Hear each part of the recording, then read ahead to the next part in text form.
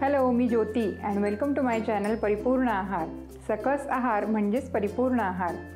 चला तर मग बघूया आपली आजची रेसिपी। जेवणाची चव दुप्पट करणारी अतिशय पौष्टिक आणि चविष्ट अशी कोशिंबीर आज आपण बनवणार आहोत। त्यासाठी इथे मी 2 मध्यम आकाराचे बीटरूट घेतले आहेत। याला आपण एका भांड्यामध्ये पाण्यामध्ये चोळून स्वच्छ धुवून घेऊ, म्हणजे याची सगळी माती निघून जाईल। यामध्ये आवश्यकतेनुसार पाणी घेऊन आपल्याला 5 ते 6 शिट्ट्या घेऊन बीटरूट उकडून घ्यायचं आहे।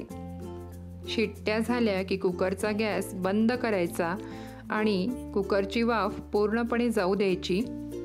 कुकरची वाफ गेली की लगेचच हे बीट आपल्याला एका चाळणीवरती थंड होण्यासाठी काढून घ्यायचे आहेत।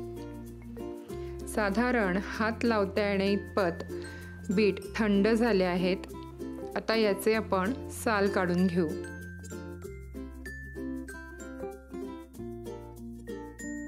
बीटरूट व्यवस्थित शिजलं असेल की याचं साल अगदी सहज वेगळं होतं। आता अशाच प्रकारे याचं देठही आपण कापून घेऊ। हे बघा, अशा प्रकारे बीटरूटची साल आणि देठ दोन्हीही काढून घेतले आहे। आता याला आपण किसून घेऊ। माझं बीटरूटही किसून झालं आहे। लगेचच आपण कोशिंबीर बनवायला सुरुवात करू। त्यासाठी एका मिक्सिंग बाउलमध्ये किसून घेतलेलं बीटरूट काढून घ्यायचं आहे। यावर आपल्याला घालायची आहे 2 चमचे साखर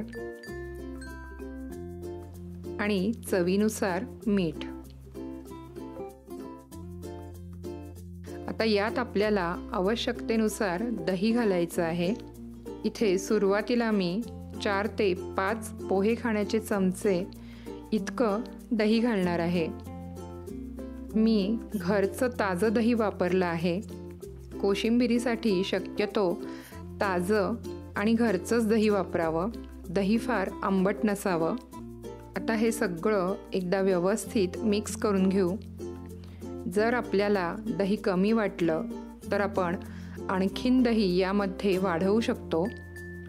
जसं की मी आणखीन 2 ते 3 चमचे इतकं दही यामध्ये वाढवलं आहे। हे वाढवलेलं दहीसुद्धा मी यामध्ये व्यवस्थित मिक्स करून घेतलं की तयार आहे आपली अतिशय चविष्ट आणि पौष्टिक अशी बीटरूटची कोशिंबीर। चला तर मग याला आपण सर्विंग प्लेटमध्ये काढून घेऊ।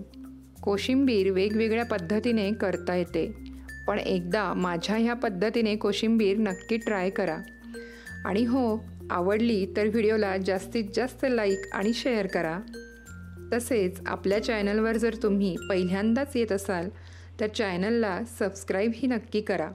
थँक्यू।